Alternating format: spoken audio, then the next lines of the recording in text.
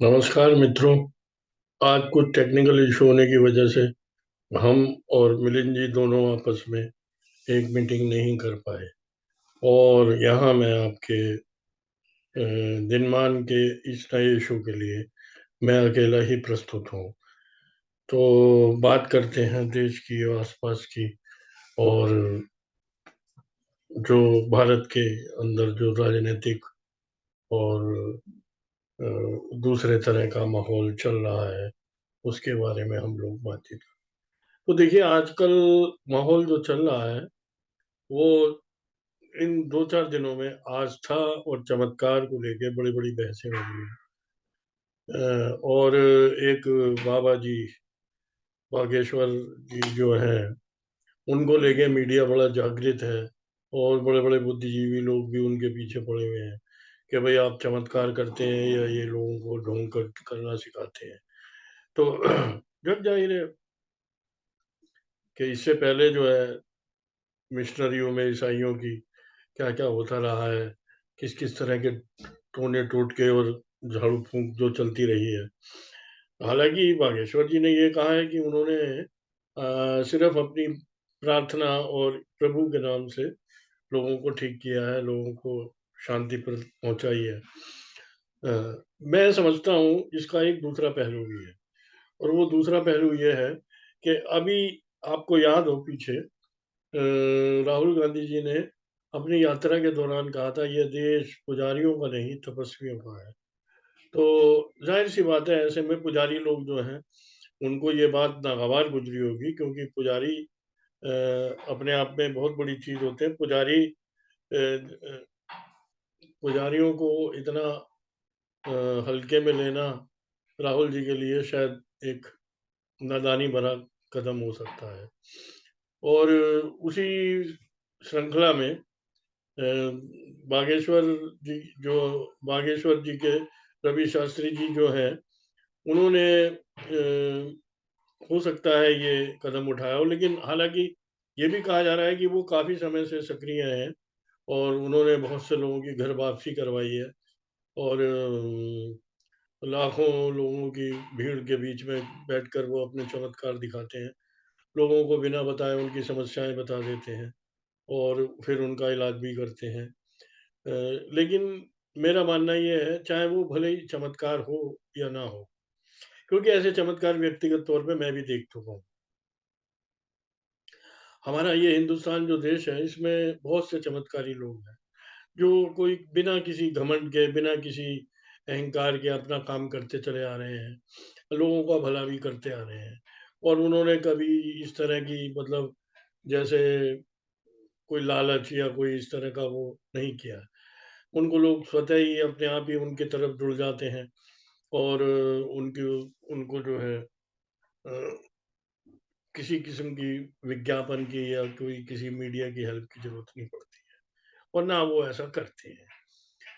लेकिन चूंकि राहुल गांधी ने हमारे यहाँ घुस के एक ऐसी जगह पे हाथ रख दिया है जहां से एक तरंग तो निकलनी थी, एक लहर निकलनी थी, सो वो निकल रही है। अब हालात ये हैं कि राहुल गांधी जी ने इतनी लंबी यात्रा करी है, उसको मीडिया, और वो खास तौर पे मीडिया के लिए की है, क्योंकि उनकी शिकायत हमेशा ये रही है कि मीडिया हमें नहीं दिखाती, मोदी जी को दिखाती है। तो अब जो मीडिया की टीआरपी है वो सारी की सारी उधर जुड़ गई है बाबा जी के साथ। जो 26 वर्षीय एक नवयुवक है, उसके संग सारी मीडिया जुड़ गई है, सारे मीडिया के लोग और सब उस तरफ हो गए हैं। अब मेरे ख्याल से तो राहुल गांधी भी सोच रहे होंगे कि मुझे, मेरे पे ध्यान नहीं दे रहे हैं और लोग उधर ध्यान दे रहे हैं। तो मैं समझता हूँ ये एक हिंदू जन जागरण है, इसका होना स्वाभाविक है। जब हम पे इतने अटैक होंगे, जब हम पे इस तरह की हमारे पर आरोप आक्षेप लगेंगे, हमें दबाने का प्रयास किया जाएगा। और आज से नहीं, दशकों से ये हो रहा है कि हिंदुओं को ढोंगी, बेकार, ये वो कीर्तन करने वाली पार्टी, एटसेट्रा एटसेट्रा बोला जाता रहा है। और हम लोगों ने कभी भी उसको ऐसे कोई उसका कोई काउंटर अटैक नहीं किया है। और राहुल गांधी जी ने तो मतलब अति कर दी है कि हमारे धर्म शास्त्रों में और हमारे जो महाभारत और गीता जैसे जो पवित्र पुराण हैं, उनके ऊपर भी उसने इस तरह से मज़ाक, हँसी-मज़ाक और एक ठिठोली करने वाले अंदाज़ में बातें कही हैं। तो अब ये देखेंगे हम किस तरफ जाता है ये जागरण, क्योंकि एक तरफ राहुल जी की नौटंकी है, दूसरी तरफ एक पूरा हिंदू समाज खड़ा देख रहा है। तो अब पता चलेगा राहुल जी को भी कि तपस्वी कैसे होते हैं, चमत्कार क्या होते हैं और पुजारी कैसे होते हैं।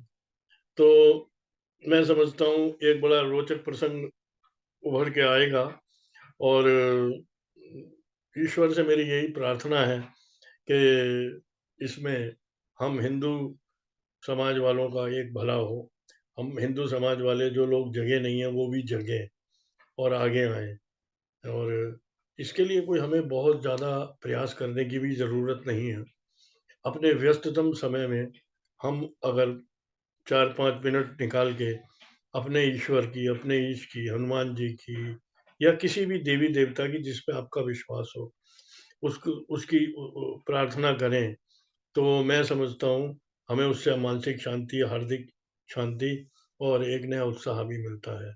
इसके लिए हमें कोई 5 बार मंदिर का घंटा बजाने की ज़रूरत नहीं है।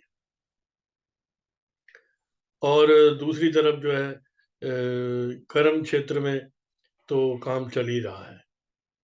जो हमारे साधु समाज है वो उठ चुका है और उनमें से कुछ लोग जो हैं वो काफ़ी तेज़ी से इस काम में आ रहे हैं कि जो हिंदू धर्मांतरण करके दूसरे धर्मों में चले जाते हैं, भले ही किसी लालच या धोखे में, वो वापसी आ रहे हैं और धीरे-धीरे ये स्थिति एक सहज रूप में बन जाएगी और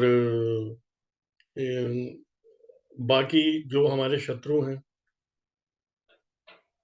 वो मैं अब अपने मुँह से क्या कहूँ, जो हमारे दुश्मन हैं, उनको पहचानना बहुत ज़रूरी है और उनको अलग-थलग करना बहुत ज़रूरी है।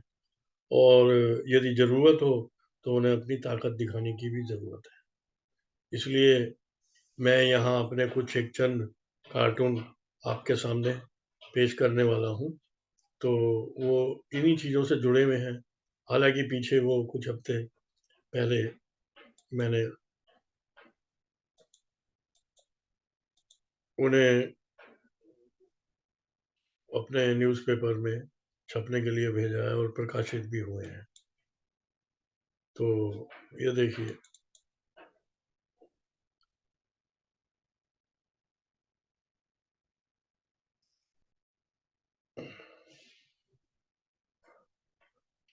इसमें विचारणीय मुद्दा ये है कि राहुल जी अब एक चिट्ठी लिखेंगे।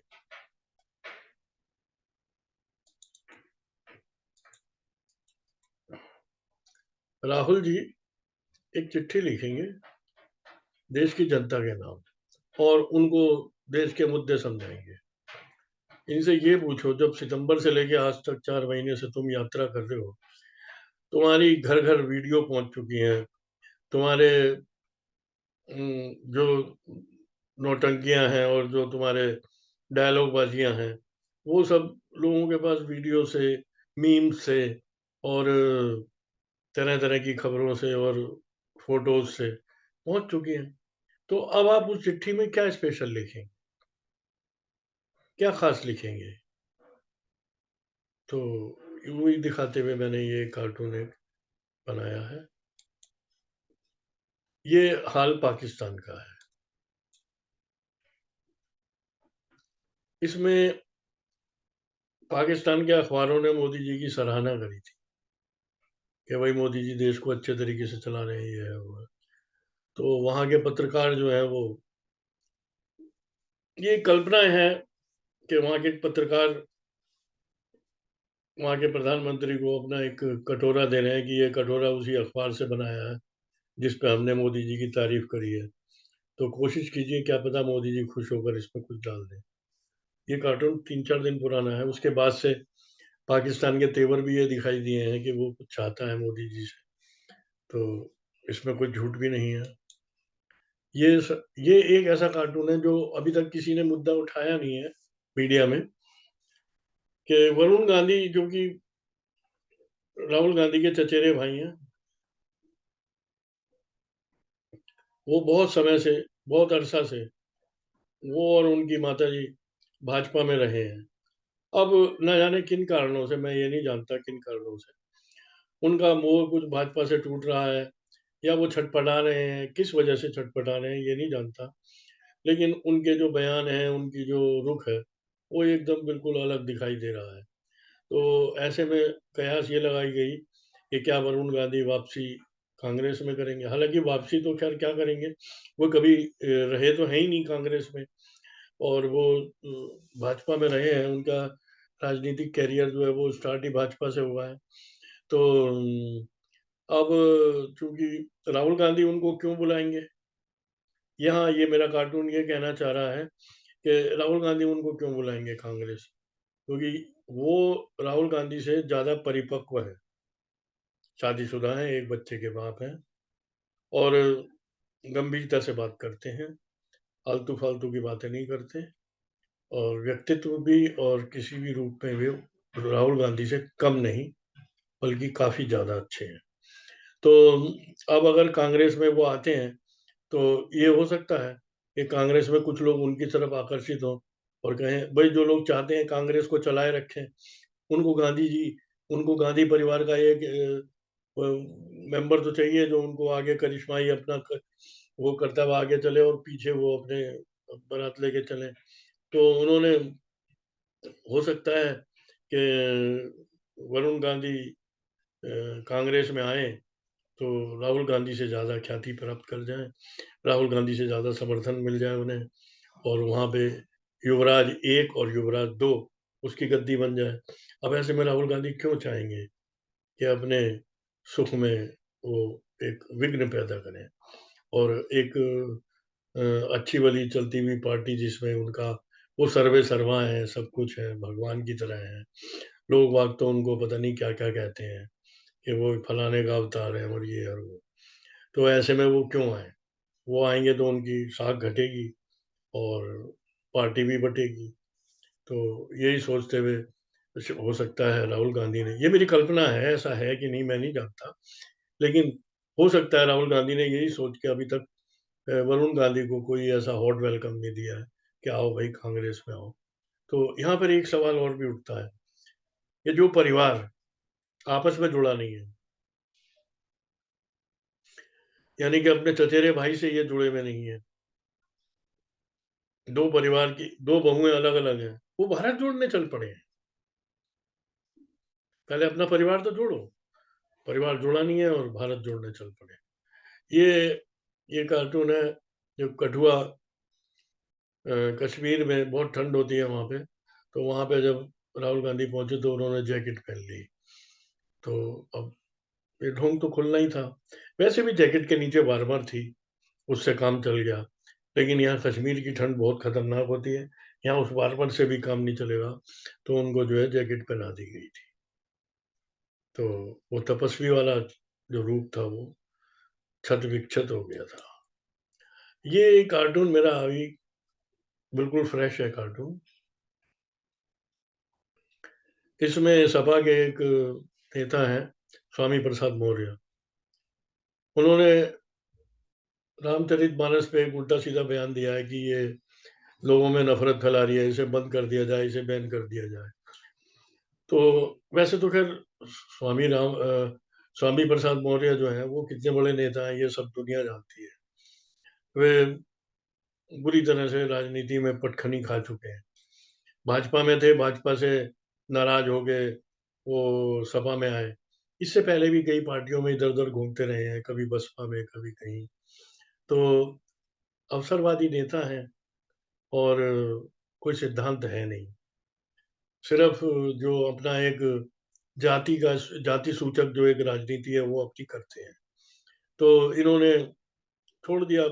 आजकल इनकी राजनीति जो है वो बिल्कुल वो जो मैंने दिखाया टूटा हुआ स्कूटर उसके जैसी हो चुकी है, वो खत्म हो चुकी है, उसके अंदर कुछ नहीं बचा है। तो वो अब नई मोटरसाइकिल पे किक मार रहे हैं, ये गाड़ी स्टार्ट करके देखूँ, वो धर्म की, ये धर्म पे कुछ बोलूँगा तो कंट्रोवर्सी होगी तो लोग मेरी तरफ देखेंगे, तो ये है सब है। अब ये कार्टून है सर, इसमें नागरिक भारत के ये सोच रहे हैं तो कि राहुल जी की छवि से इस यात्रा में क्या बदलाव। तो यहाँ मैंने दिखाने की कोशिश करी है संकेतों से कि भारत जोड़ो यात्रा के दौरान महाभारत के विषय में कुछ हमें नई जानकारियां मिली। जैसे पांडवों ने जीएसटी नहीं लगाई थी, पांडवों ने नोटबंदी नहीं करी थी, पांडवों ने ये नहीं किया था, पांडवों की सेना में सब धर्मों के लोग थे। ये नई जानकारियां मिली हैं। तो इन जानकारियों से राहुल जी की छवि में क्या परिवर्तन आया है, आप भी इसका आनंद लें और मेरे कार्टून के पात्र जो हैं वो दो वो आनंद ले रहे हैं। तो यहाँ मेरे कार्टून समाप्त होते हैं और मैं सबको अंत में यही कहूँगा कि जो भी आपका इष्ट हो, उसको याद कीजिए। सबसे बड़ा चमत्कार उस ईश्वर के नाम में है। मैं खुद अपना व्यक्तिगत अनुभव आपको बताता हूँ कि जब कभी मैं भ्रम में या डर में या असमंजस में होता हूँ, तो मैं ओम नमः शिवाय का जाप करता हूँ और आप यकीन मानिए कि मुझे उसका 100% सकारात्मक रिजल्ट देता है। स्थितियाँ बदलती भी हैं और मन को ढाढ़स भी मिलता है। तो इससे बड़ा चमत्कार मैं नहीं समझता कुछ होगा। और आजकल तो मेडिकल साइंस के लोग भी ये कहते हैं कि डिप्रेशन और एंजाइटी जैसी बीमारियां इसीलिए हैं क्योंकि लोगों की आस्था किसी चीज में नहीं है। वो बिल्कुल अकेले पड़ गए हैं। मशीनी युग में वो भी अपने आप को मशीन बना चुके हैं। इसलिए अपने इष्ट से जुड़िए। इष्ट से जुड़ के धीरे धीरे करके आपके अंदर सामर्थ्य आएगी, शक्ति आएगी और विश्वास भी आएगा। इन्हीं शब्दों के साथ जय श्री राम।